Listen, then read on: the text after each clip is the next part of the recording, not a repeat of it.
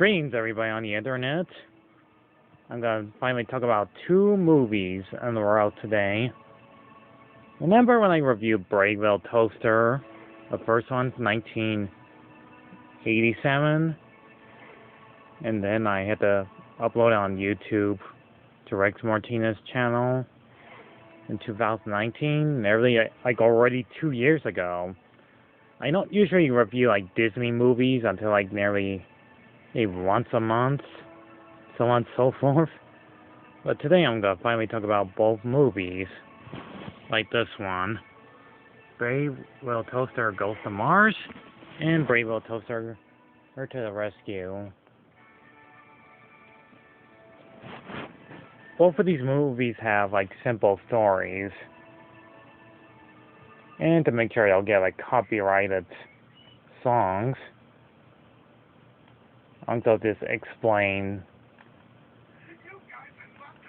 both of these movies. The first one, and I just put on right now, came out in 1998, while the other one, called To the Rescue, came out in 1999. Fun fact, and Braveville Toaster Goes to Mars was supposed to be the big finale of the series of the third, very last movie. What I'm trying to say is, most likely, in this movie, I'll just show you a scene real quick.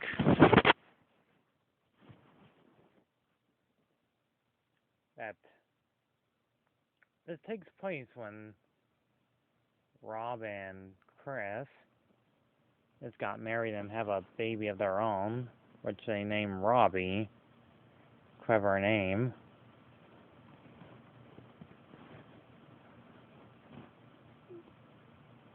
Second of all, the animation looks a bit different. It's like watching a TV series. It almost reminds me of, well, not like Beauty and the Beast. These battles, magical, well, not quest, but that Enchanted movie. That's what it reminds me of. The characters don't look awful, but they look alright. This is a kids movie, and some of these voice actors are alright. Some of them don't sound like the same natural voice actors from the first film. Sadly, John Lovitz is not playing his role of Radio. We got a few interesting famous voice actors like Wayne Knight playing a microwave, and Carol Channing playing the fan. But sadly, Carol Channing passed away a long time ago. But she did pretty good voice acting in this movie pretty well, even though she barely had screen time. This movie does have songs in it, but to make sure I don't get copyrighted and by Disney's songs. This film is pretty simple. That the live objects of our favorite characters, Toaster, Lampy, Radio, Blanky, and Kirby, their job is to protect, Robbie, just like they remember how they did to the little master, aka Rob, when he was a baby and made kinds of trouble. And there was that ear meter guy who's been there all this time of his life, getting a different location from outer space. Ear meter.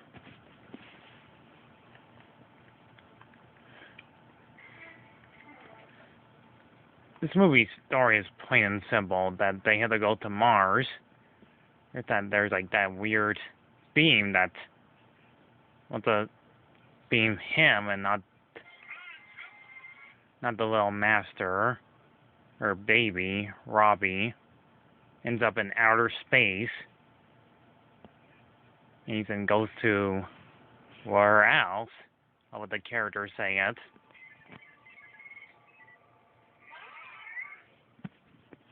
Exactly.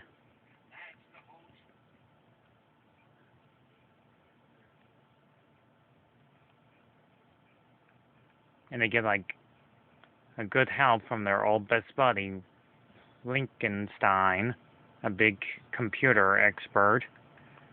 And it's pretty easy that they have to have a big laundry basket, a microwave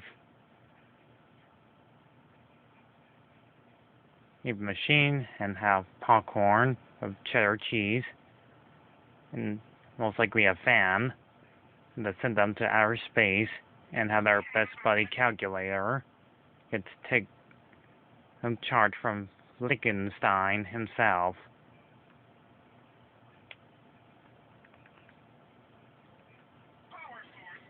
And not to mention, Ratso has to make sure the baby is not gone.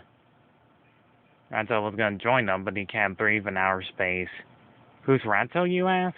He's basically from like the last part of the series of Most Likely to the Rescue. I'll let y'all talk about in a moment. And yep, hearing aids.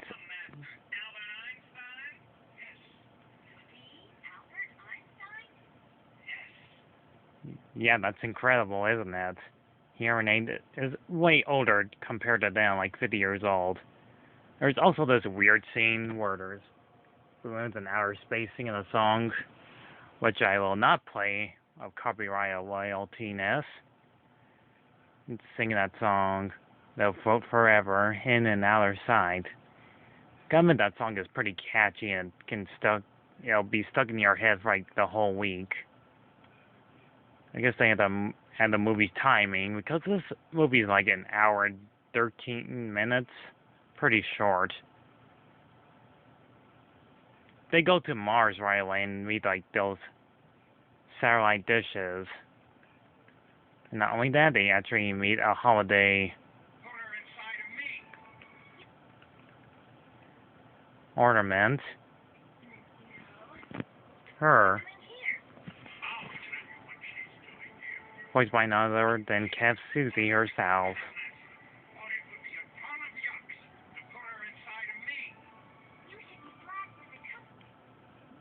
Who did lots of voice acting back in the day, since the late 90s.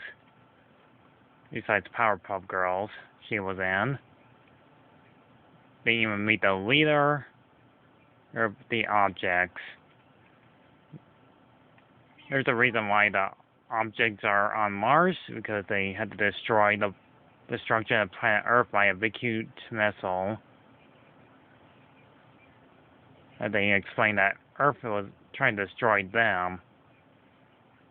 And that she explained that they were built to fall apart and create a big huge rocket ship. End up in Mars. Or in the first place.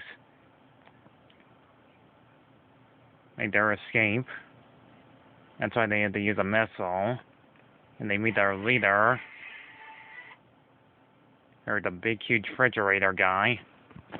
Him.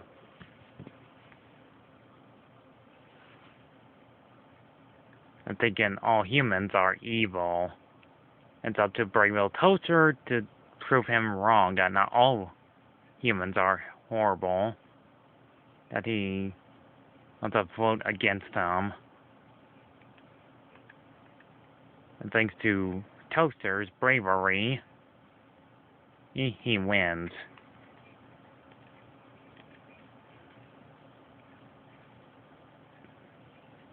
And not to spoil like the entire thing, and you'll have to see the entire movie all to yourself how it ends. And they do save the Earth from being destroyed. It's pretty plain and simple that they have to save Earth from total destruction. and return the little master home that's safe in a bubble, which is good.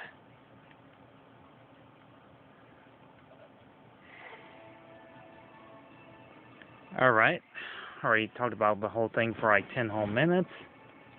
Let's go ahead and talk about To the Rescue, which might take a while to explain the rest. I would not say Brave Little Toaster Goes to Mars is not a terrible movie, but it was kind of, alright, I guess. Some people will say, wow, this movie was terrible. Except for To the Brave Little Toaster to the Rescue, I actually find that movie way better. Hold a second.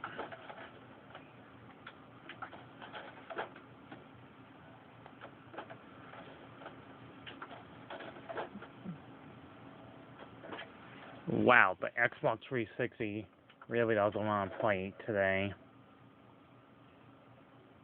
Here we go.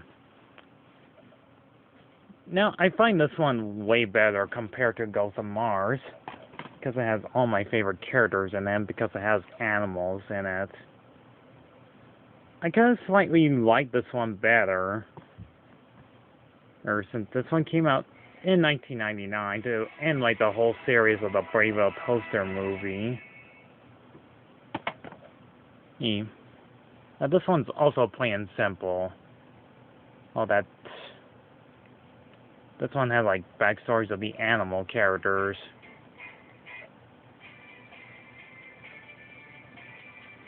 It has like all the interesting animal characters. Wow, they're actually using the music from the first film. Hold on a second. I'm just gonna put this right here. This review is gonna be a bit longer than it needs to be.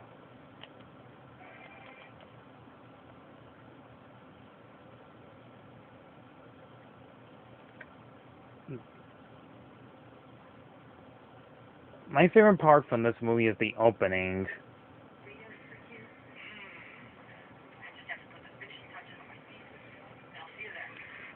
In this one, this time, like, the main characters, like Rob and Chris, get more screen time, a bit. Celebrate their anniversary when they first met since 1987. You know, this does take place in the late 90s.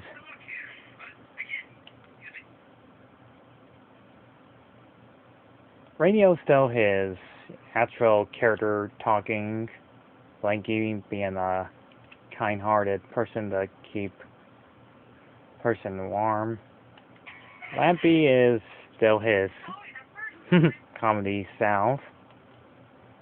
In this one, he tries to get to the house as fast as possible without Rob noticing he's gone, to be the only appliance there to help Rob shed some light in the situation, doing his technology work, work on the computer so he can graduate.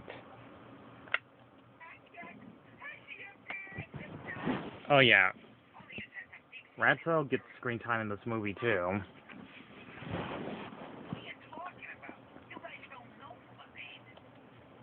Ratso, the rat, doesn't like to be treated, and when they see a rat, they want to exterminate them.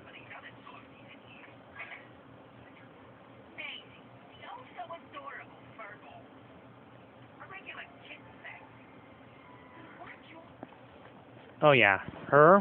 She's my favorite character in this movie. See? She also reminds me of Dodges from the rest of the cats. She does have to take good care of her baby kittens, all three of them. And next is my other character.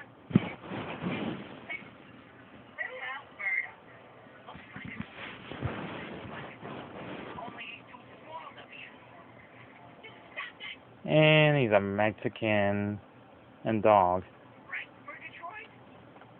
And my other second most favorite character, Megatroid. And you already obviously tell what he is by looking at him. A snake. Because you know me, I love snakes.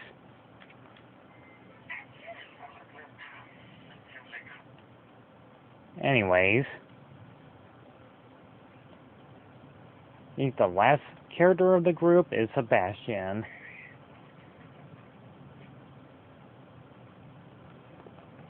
An old monkey.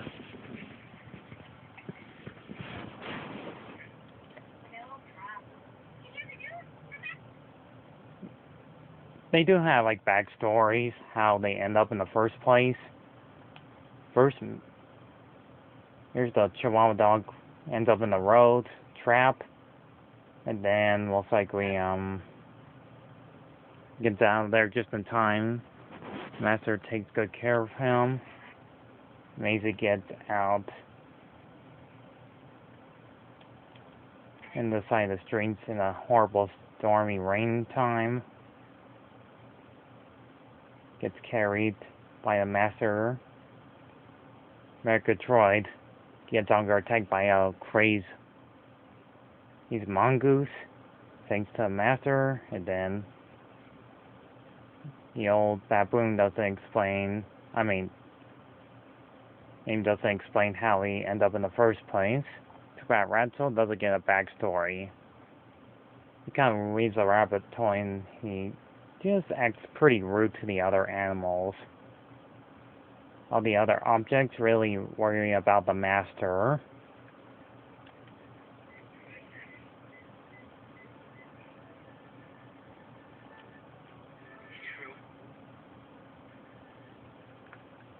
Hold on a second. And obvious bad guy. Hey, this is Mac.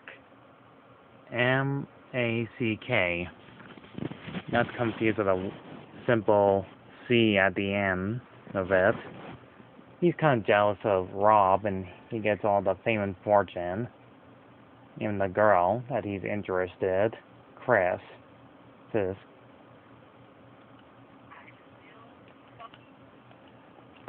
And there's like this so-called computer virus messes up his technology. And this is why you always have to save your file. They have to figure out the problem. Even Eddie Dancer, aka the voice of Mandark, or can't get it right.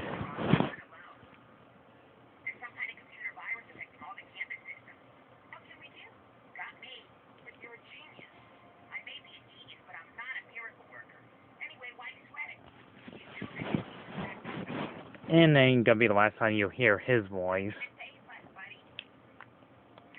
Yeah, I agree with him.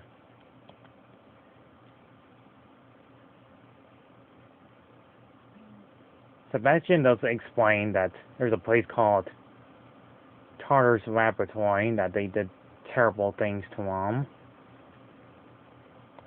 And so glad they don't have to go there. But that's already foreshadowing it. Anyways, it's nap time for them, and them trying to fix up a mess there.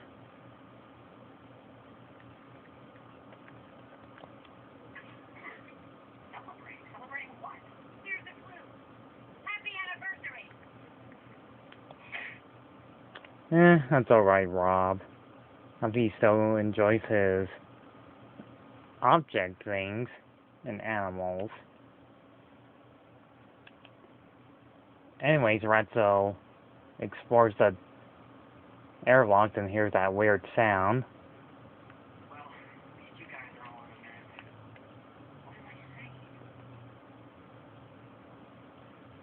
I'll give this movie some credit. This is actually kind of adorable, seeing him pinning Maisie's kitten.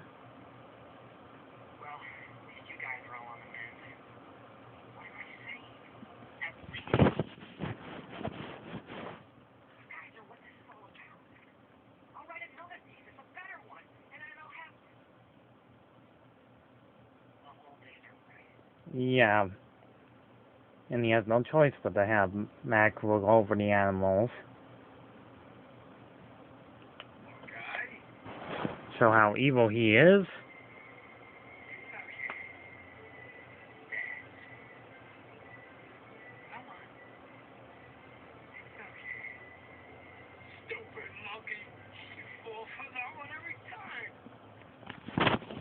What a jackass. Anyways, he had plans to ship the animals with the Tartar's laboratory. So it's up to our other main characters. Not to how to solve the problem to save the animals. Lampy does explain that their master is sad that all his work is all gone.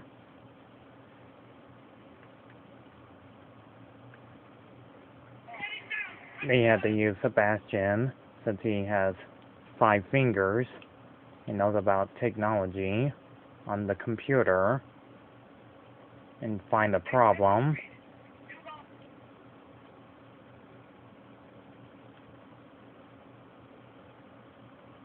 And then the computer explains and they need extra help.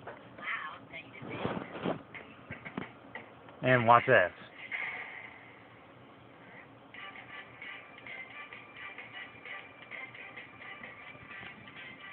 What the hell?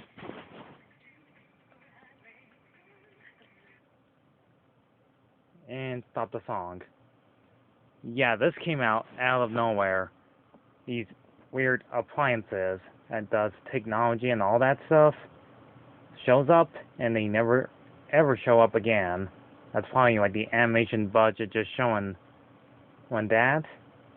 It's just so weird that these weird technology to computers look like that. This is the only time we see these characters and never again. And that's it.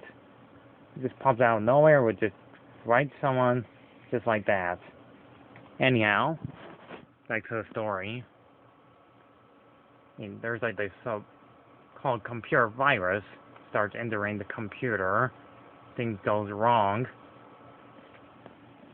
Again, what you expect. I think Sebastian sees what he could not believe what was going to happen to them.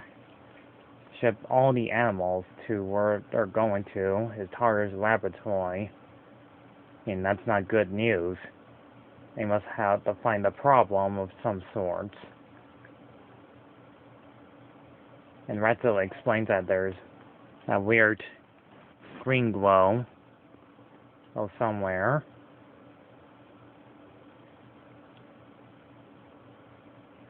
And Mac really doesn't care that he wants to take care of all those animals by shifting them. So it's up to our heroes, Toaster, Ratso, Lampy, Blanket, and Radio. Except for Kirby, since he can't go through the air vents.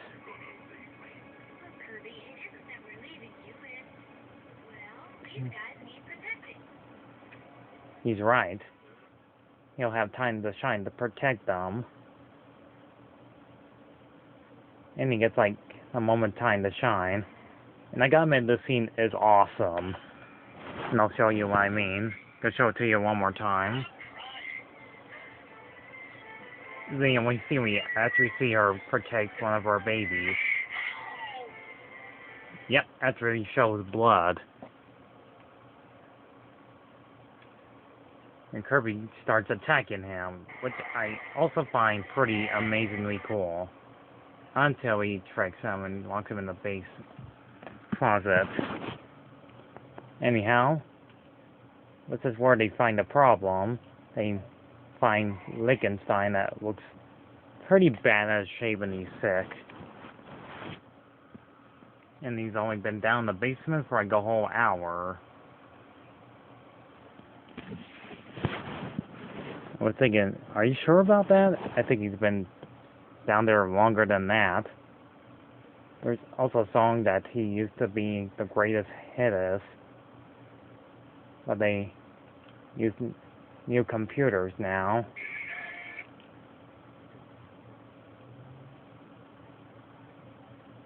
And leave him in the closet that he got in case of computer virus, and they had to find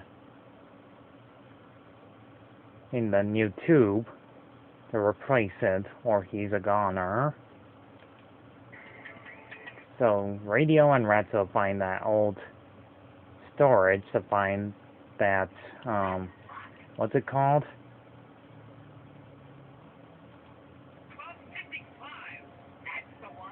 Exactly. And there are a bit of shenanigans trying to find it, of him being chased by a spire, not giving radio, and Ratso finds it, and returns it just in time.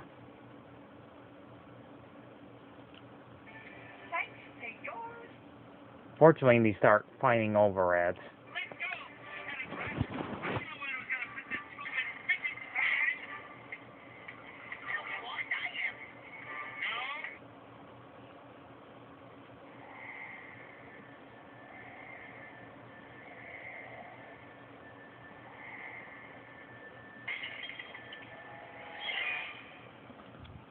He screwed up.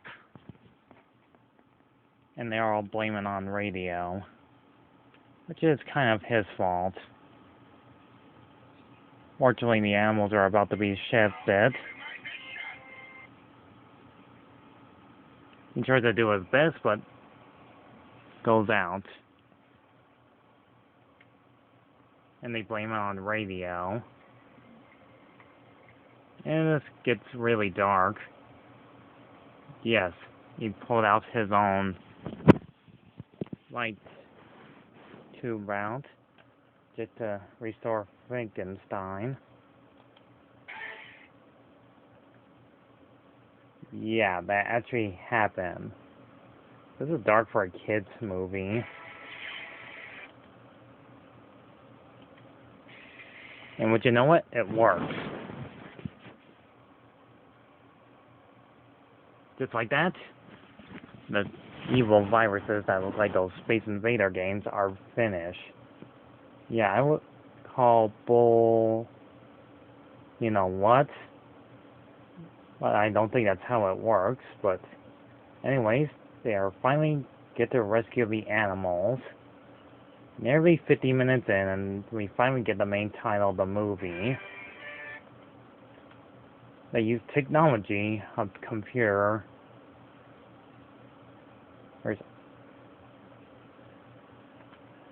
I'm sorry, what is that thing called?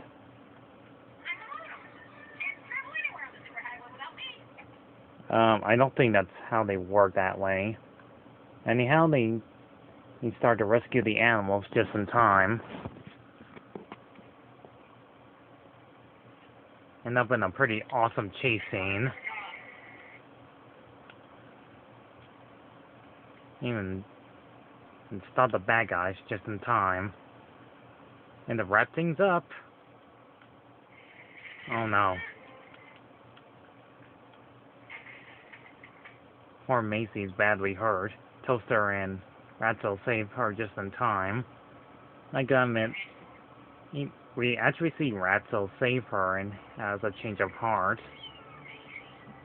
And thinking poor Macy didn't make it. But don't worry, she's alright.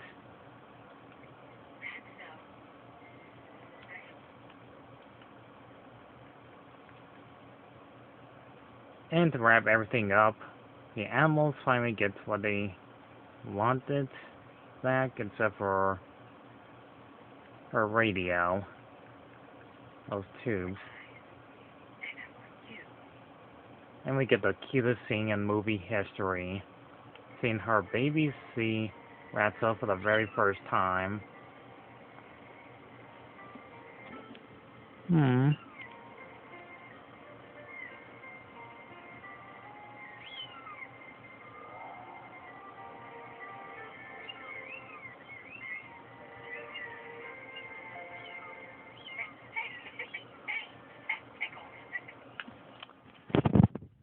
Okay, that's adorable. Anyways, these, the animals get what they wanted, and so does Ratso that goes with them, and Chris marries Rob. Oh yeah, speaking of Chris, she finds those toads to restore Radio back to life.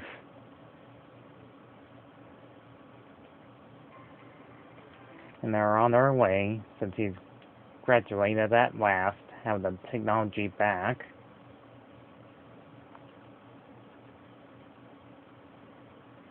Get the final song, because the movie obviously has songs. Kevin 2 ends up in the zoo, needs to get to home, most likely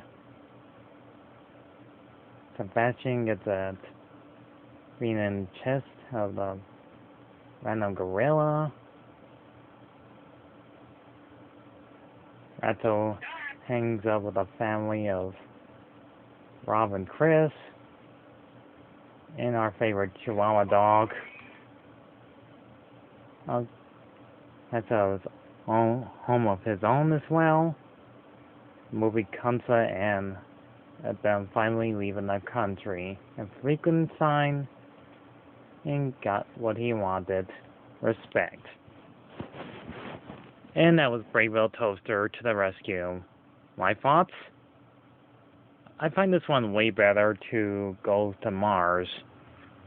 It was exciting, it was fun to watch. It had like emotional scene. It had like interesting fun characters to watch, even though they appeared once. And Mac ends up in jail from kidnapping the animals. It was a pretty great film. It was actually slightly better than Ghost of Mars. The story's plain and simple. They had to save the animals and send them into different homes. Animation is actually pretty good. Really good stuff. I've been waiting to finally talk about both of these movies in every 2 years in a row. Get to talk about both of them. Songs are pretty alright too. They're actually perfect. Some of the characters still have some of their voices from since 1987. Some of them had different voices. The characters are still memorable as always. As long as they don't remake Braveville Toaster from 1987 to all say, just CGI or live action. I'm fine with only 3 of these ones for now. So Braveville Toaster Goes to Mars can have like nearly slightly 4.5 out of 10. This one I like better, so I give it like 6 out of 10. Even though it took them like nearly 50 minutes for them to rescue the animals, still worth the wait. Voice acting still great, backgrounds are fine too, music pretty fine as well too. So, yeah. So glad to rent both of these movies from the library. I've been waiting forever to finally talk about both of these movies. Someday I'll talk about some of the other Disney sequels also out there, like Monsters University or Toy Story 2, Toy Story 3, Toy Story 4, maybe any type of Disney sequels, even some of the better ones like Cinderella 2 or Hunchback of Notre Dame 2. I already talked about Aladdin, Turn of Jafar. I haven't talked about King of the Thieves yet, but someday I'll talk about those pretty soon. For now, see you all next time. Goodbye for now.